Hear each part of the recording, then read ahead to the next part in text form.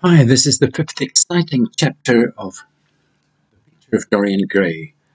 Last time in chapter 4, we heard that Dorian had met Sibyl Vane, and right at the end he sent a note to Lord Henry saying that he was engaged to marry her.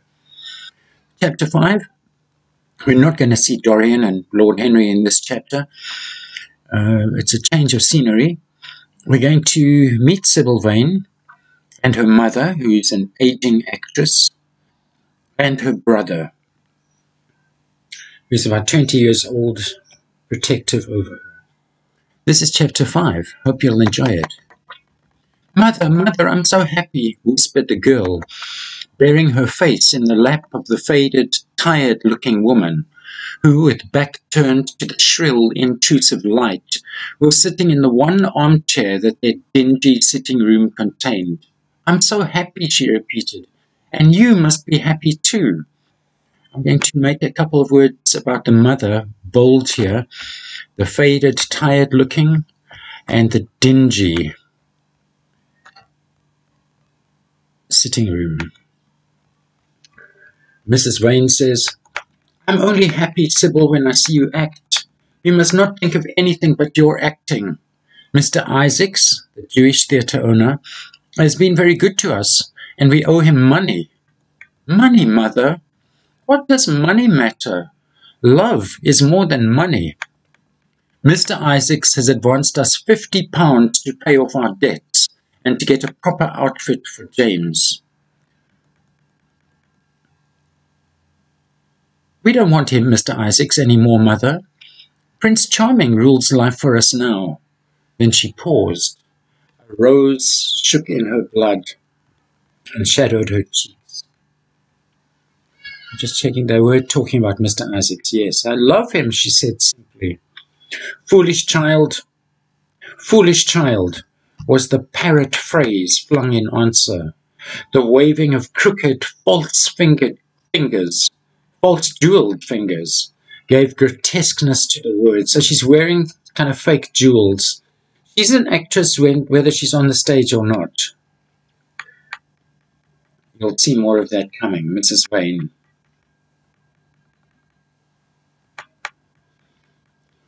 Of Sibyl, she was free in her prison of passion. Her Prince Charming, was with her. His kiss burnt again upon her mouth. Her eyelids were warm with his breath. And the mother, referred to here as wisdom, is kind of thinking that this young man might be rich. If so, marriage should be thought of. Sibyl asks, Mother, did you love my father as I love Prince Charming? The mother looks pale and awkward here. So Sibyl says, Forgive me, Mother. I know it pains you to talk about our father, but it only pains you because you loved him so much. Don't look so sad. I am as happy today as you were 20 years ago. Let me be happy forever. The mother says, Besides, what do you know of this young man? You don't even know his name. The whole thing is most inconvenient, and really when James is going away to Australia. However, as I said before, if he's rich, mother, let me be happy. More acting off the stage here. Mrs. Vane glanced at her, and with one of those false theatrical gestures that so often become a mode of second nature to a stage player, clasped her in her arms. At this moment the door opened, and a young lad with rough brown hair came into the room. He was thick-set of figure, and his hands and feet were large, and somewhat clumsy in movement. He was not so finely bred as his sister. One would hardly have guessed the close relationship that existed between them. Mrs. Vane fixed her eyes on him and intensified the smile. She mentally elevated her son to the dignity of an audience. She felt sure that the tableau was interesting, that the look she was giving off, his acting, was interesting. His first words, you might keep some of your kisses for me, Sibyl, I think. He looks into his sister's face with tenderness. I want you to come out with me for a walk, Sibyl. I don't suppose I should ever see this horrid London again. I'm sure I don't want to. Says the mother, I trust you will return from Australia in a position of affluence, wealth. I believe there is no society of any kind in the colonies, nothing that I would call society. So when you have made your fortune, you must come back and assert yourself in London. And of course, he's not going to be interested in a life like that. Society. I don't want to know anything about that. I should like to make some money to take you and Sibyl off the stage. I hate it. So he invites his sister to go out for a walk, and he's dressed shabbily, he says. Before they go, he asks, "Mother, are my things ready?" "Quite ready, James," she answered, keeping her eyes on her work. For some months past, she had felt ill at ease when she was alone with this rough, stern son of hers. Her shallow, secret nature was troubled.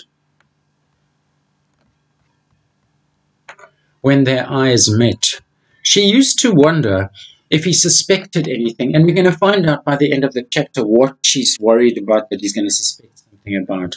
But she would have liked him to be a lawyer. She says, "I hope you will be contented, James, with your seafaring life. You must remember that it is your own choice. You might have entered a solicitor's office. Solicitors are a very respectable class, and in the country often dine with the best families. I hate officers, and I hate clerks. But you're quite right, I've chosen my own life. All I say is, watch over Sibyl. Don't let her come to any harm. Mother, you must watch over her. I hear a gentleman comes every night to the theatre and goes behind to talk to her." She says, "There's no doubt that the young man in question is a perfect gentleman. He's always most polite to me.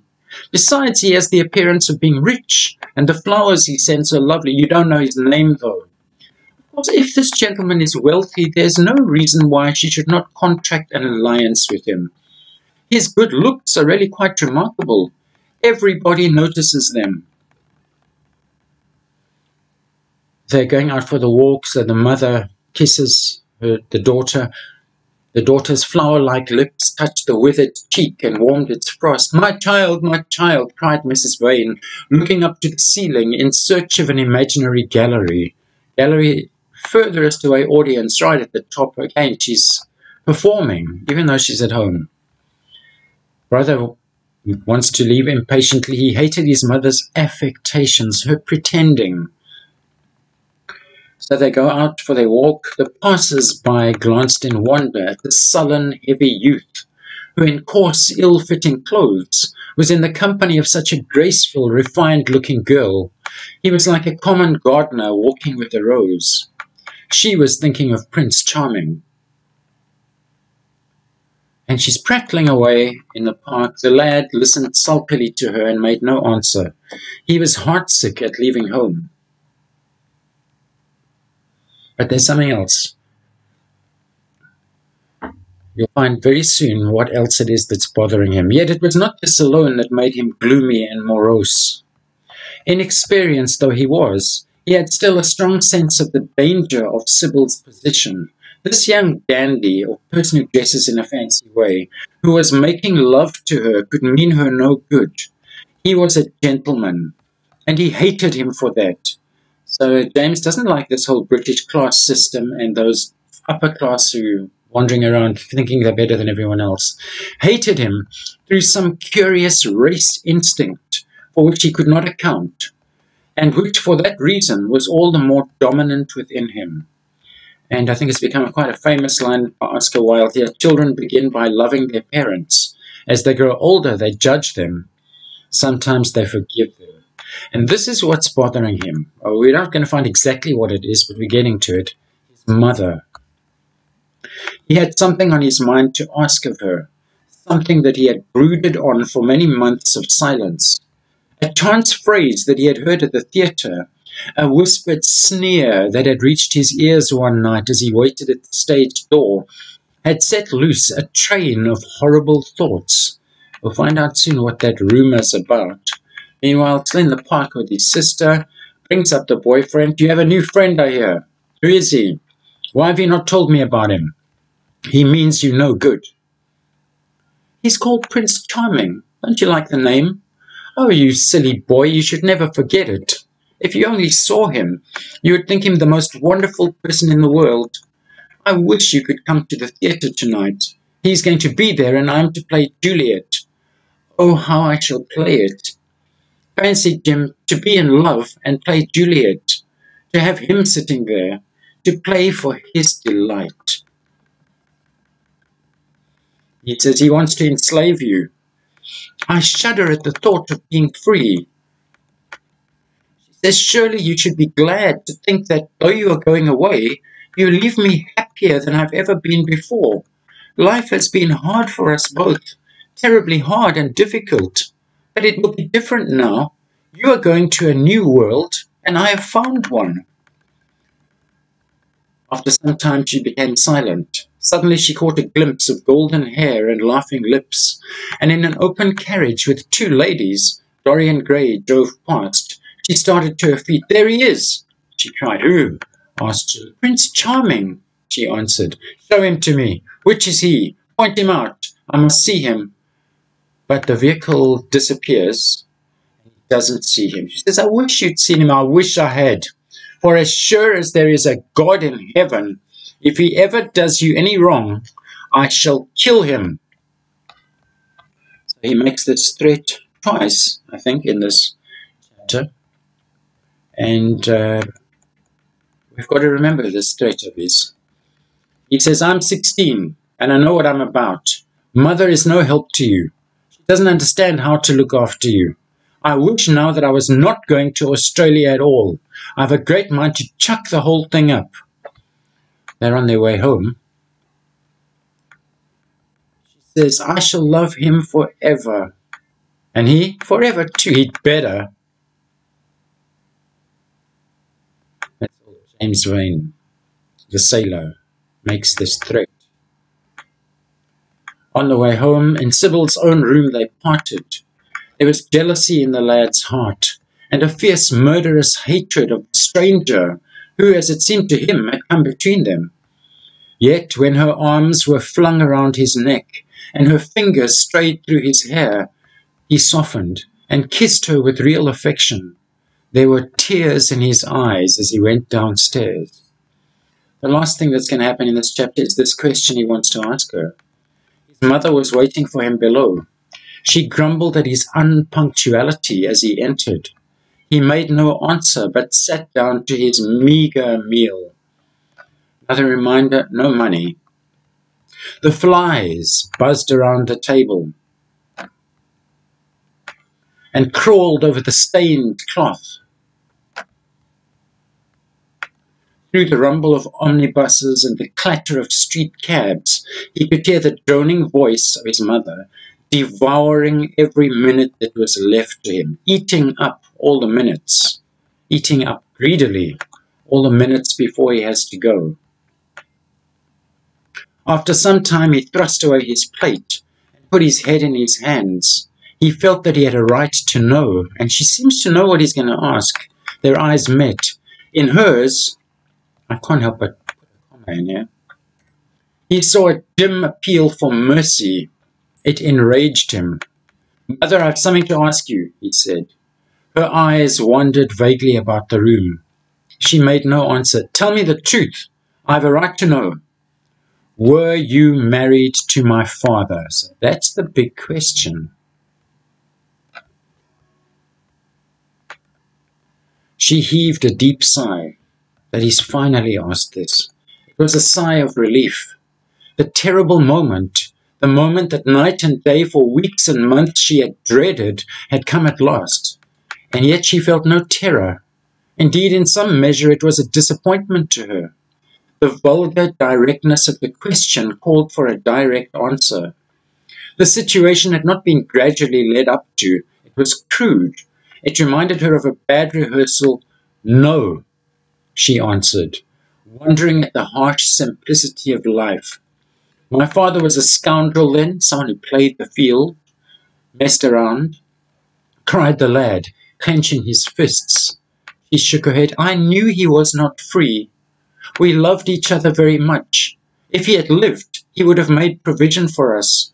Don't speak against him, my son. He was your father and a gentleman. Indeed, he was highly connected. An oath, a swear word, I think it is, broke from his lips. I don't care for myself, he exclaimed. But don't let Sibyl... It is a gentleman, isn't it, who's in love with her, or says he is. Highly connected too, I suppose. So he's scared. Dorian's going to do the same to Sibyl. Get her in trouble, pregnant, and leave her. For a moment, a hideous sense of humiliation came over the woman. Her head drooped. She wiped her eyes with shaking hands. Sibyl has a mother, she murmured. I had none. And I think we feel sorry, very sorry for her at that point. So does he. The lad was touched. He went towards her, and stooping down, he kissed her. I'm sorry if I've pained you by asking about my father, he said, but I could not help it. I must go now. Goodbye. Don't forget that you will have only one child now to look after. And believe me, here's the threat number 2, that if this man wrongs my sister, I will find who he is, track him down, and kill him like a dog. I swear it. The exaggerated folly of the threat, the passionate gesture that accompanied it, the mad melodramatic words, these are all very theatrical gestures here, made life seem more vivid to her. She was familiar with the atmosphere. She breathed more freely, and for the first time for many months, she really admired her son. She would have liked to have continued the scene on the same emotional scale, but he cut her short. Trunks, suitcases had to be carried down, and mufflers looked for. The lodging house drudge bustled in and out. There was the bargaining with the cabman. The moment was lost in vulgar details. It was with a renewed feeling of disappointment that she waved the tattered lace handkerchief from the window, another theatrical gesture, as her son drove away. She was conscious that a great opportunity had been wasted. She consoled or comforted herself by telling Sibyl how desolate she felt her life would be, now that she had only one child to look after. She remembered the phrase. It had pleased her, so she doesn't seem to mean that sincerely either. It's another theatrical gesture. Of the threat, she said nothing. It was vividly and dramatically expressed. She felt that they would all laugh at it someday. And that is chapter 5. Hidden in this picture are James, Sibyl, and the mother. In summary here, we've had discussing the girl's love for Dorian. For the mother, money seems to make it okay. They don't know his name. Leaving for Australia, he's protective. He hates Dorian because he's a gentleman. The threat, I'll kill him. And what Mrs. Vane tells him. I wasn't married to your father. Sibyl's innocence and purity. Compare that to Dorian and Lord Henry. And James Vane's dislike of this class system in England, which of course in that system he's right at the bottom of the barrel. That's chapter 4 of Dorian Gray. I hope we'll see you in chapter 5. Don't forget to like, subscribe. Have a nice day.